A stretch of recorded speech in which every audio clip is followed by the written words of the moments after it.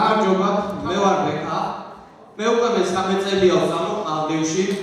ჩემ დროს ყველაფერი კარგად იყო, ყველამ კარგად იცოდა მაღლივის შესახებ ინფორმაცია. ახლა კი პირველ კურსელები მოვიდნენ და არაფერი არ იციან ამოჩატუყურებენ მაღლივს. მოდი თუ გინდათ მეთან ერთად გადავამოწმოთ. აგერ ერთ პირველ კურსელს გამოვკიდე.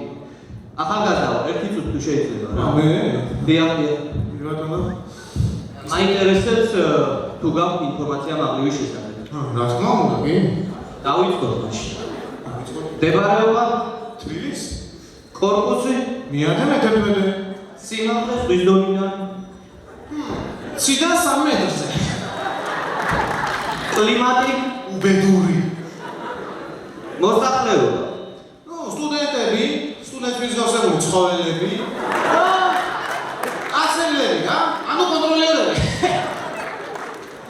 ტრანსპორტი ავტობუსი, სადაც ძირითადად ბინადრობდნენ ეს კონტროლერები. მიკროავტობუსი, ტაქსი და ყველაზე ხშირად მოხმარებადი ორი ფეხი. წიაღისეული მეტრო. დინარე მაღლიური.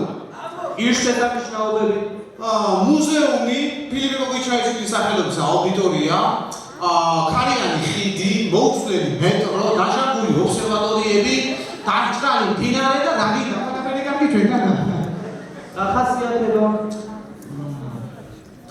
მაღალი უხვი დაბალი სტუდენტ მრავალი თმიანი. გოგოთა დამლაგებელიც ორივე ურვაშია.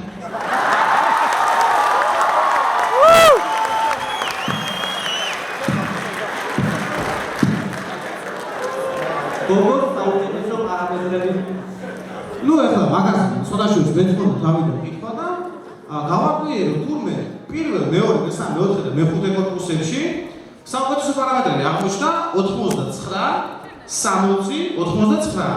აი მეხუთედან მეათე კორპუსებში, მეათე კორპუსის ჩართვით საუკეთესო პარამეტრები აღმოჩნდა 90, 59, 91.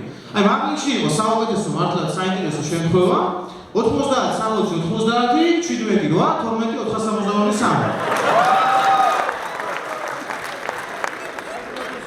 სილამაზე ამაზე რას ვიტყვი ერთი როგორ მაგინდა სილამაზე თუ გინდა ჩემო გარგო შეგარე დარბაში და ვაიფაი ჯუჯუნა მოგويري ჩამოვდი და აბა მაღლივში რა უნდა სილამაზე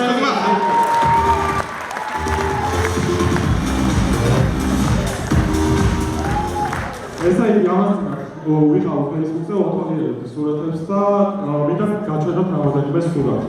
მას ასე ISM სტუდენტის სურათი